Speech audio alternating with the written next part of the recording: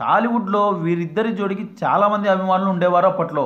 Silver screen మీద వీరిద్దరిని చూసి ఒకరి కోసం ఒకరు పుట్టారా అన్నంతగా కథల్లో ఒదిగిపోయి నటించేవారు. రీల్ జోడీ అయినా రియల్ జోడీలా కనిపించేంతగా చూడచక్కని జంటగా కనిపించి అందరినీ మెస్మరైజ్ చేసేవారు బాలయ్య జయమ్మలు.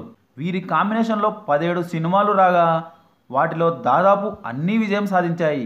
వీరి కాంబినేషన్లో మొదటిసారి సురేష్ ప్రొడక్షన్స్ బ్యానర్లో వచ్చిన కథానాయకుడు చిత్రం.